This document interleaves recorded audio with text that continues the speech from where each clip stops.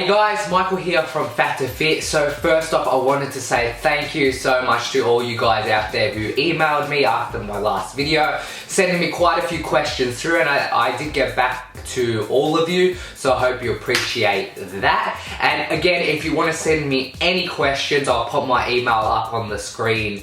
Again, just send them through. I'm happy to answer any questions you guys have. Now, one question I got in particular is a topic I've actually been thinking about for the past week or so, and so thank you to the person that sent me that question. I won't say your name just in case you don't want me to, but you know who you are. So the question is on labels and packaging, in particular health claims that you normally see on products.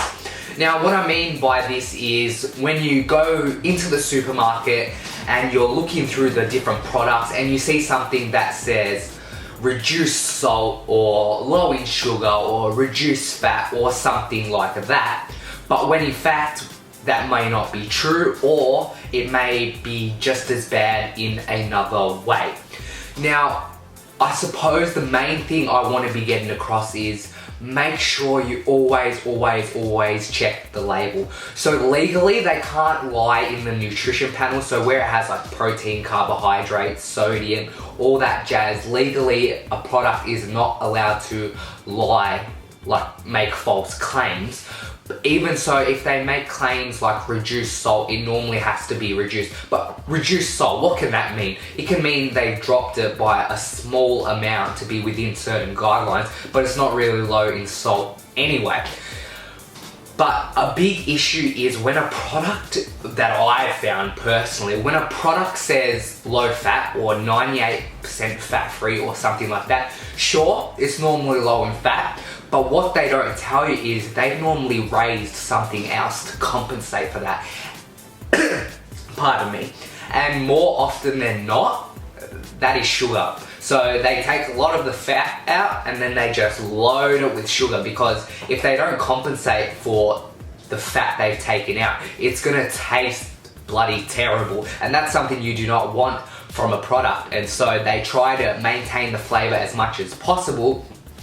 And to do that, they need to add a lot of something else, especially when you take fat out. Fat has it contributes so much flavor and texture to a product. When it's taken out, you have to chuck something in there, and normally sugar is good, because the biggest things in the industry that sell are sweetness, so sugar, and saltiness, of course. Those are two of the things that sell a lot of products in the food industry. It is rare that you'll find a product that blatantly lies, like on the label. Like if something says high fiber, it normally has a decent amount of fiber in it. If something says reduced salt or low sugar, they normally have to follow those guidelines in order to make an actual claim on the product. Sorry, Jasmine's here, she wants some attention. But there are some tricky ways of getting around that companies are quite good at finding loopholes when it comes to these things. But in general, a lot of the claims, even if they make false claims, it won't impact on your health too much. It's just, as I always say, just read the nutrition label. It will tell you everything. It will tell you how much sodium in it, how much protein, how much fiber, how much sugar. Legally, they cannot lie on that, and that is governed by different bodies depending on what country you're from.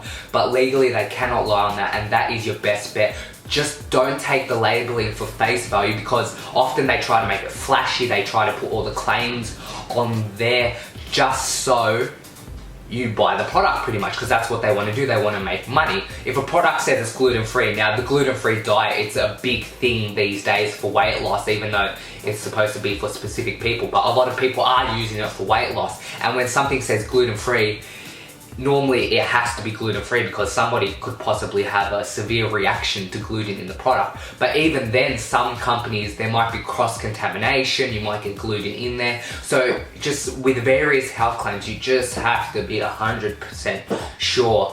Generally, it's not an issue if you don't have celiac disease or something like that. But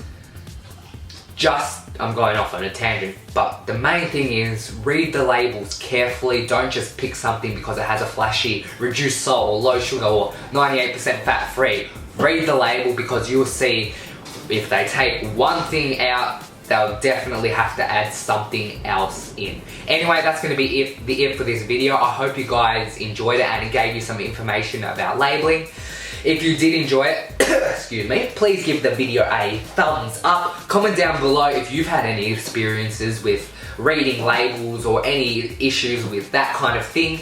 And please subscribe to the channel if you haven't already. I'll see you later, guys.